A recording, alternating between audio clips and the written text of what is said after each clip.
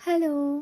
তো বেশ অনেক কদিন পরেই চলো তোমাদের সাথে আজকে শেয়ার করি একটা ছোট্ট মিনি ব্লগ। এখন কয়েকদিন মানে শীতকালটা আমি দুপুরবেলা ভাত টাত খেয়ে ঘুমাতে খুবই ভালোবাসছি।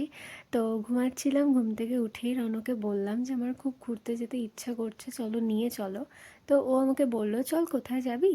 তো আমি বললাম চলো, শীতকাল একদিনও চা খেতে যাওয়া হয়নি, তো চা খেতে যাওয়া যাক। তারপর আমি 5 মিনিটসে রেডি হয়ে নিলাম।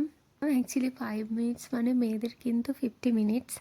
যাই হোক, রেডি হয়ে নিলাম, তারপর বেরিয়ে পড়লাম চা খেতে যাওয়ার উদ্দেশ্যে। অ্যাকচুয়ালি আমরা আজকে একটা অন্য জায়গায় চা খেতে এসেছি। বেসিক্যালি আমরা উল্লাস কিংবা শক্তিগড়েই যাই, তবে আজকে বাইপাস ধরে সোজা গিয়ে একটা গুমটি চায়ের দোকানে দাঁড়াই। তার সাথে আমরা নিয়েছিলাম লেসও, বিকজ বিস্কিটটা মানে অতটা কমফোর্টেবল লাগে না আমার চায়ের সাথে সব সময়, কিছু কিছু সময় ভালোই লাগে।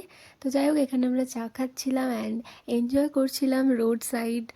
মানে যে ভাইবটা আসে না রোডের ধারে দাঁড়িয়ে, ওই ভাইবটা। আর আমাদের বাইকটা কি ভালো লাগছে না দেখতে, কতক্ষণই বা আর দাঁড়িয়ে থাকবো। সেই জন্য রনও বাইকটা ডাবল স্ট্যান্ডে করছিল যাতে আমি বসতে পারি। আর এই যে আমাকে বসতে বললো, যখনই দেখলো যে ক্যামেরাটা অন আছে মানে নিজে বসে পড়লো, মানে আমাকেও কুইন ট্রিটমেন্ট দিচ্ছে, এটা ক্যামেরার সামনে দেখানো যাবে না।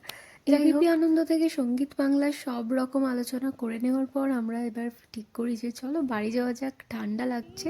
আর প্রত্যেকবার রাস্তা দিয়ে বাড়ি যাওয়ার সময় আমি এভাবেই পাগলের মতো গান করি। এটা আমাদের প্রত্যেক দিনের ঘটনা, আমি একদিন দুদিন হয়তো শেয়ার করি তোমাদের সাথে। আর এখানে অন্ধকারের মধ্যে রাস্তায় দাঁড়িয়েও আমরা গান করতে আরম্ভ করে দিয়েছি। তো চলো তোমাদেরকে একটু গানটা শোনাই। এইদিকে সরা, আমার মুখে আলো লাগছে না। এখন ভিডিও করিস না।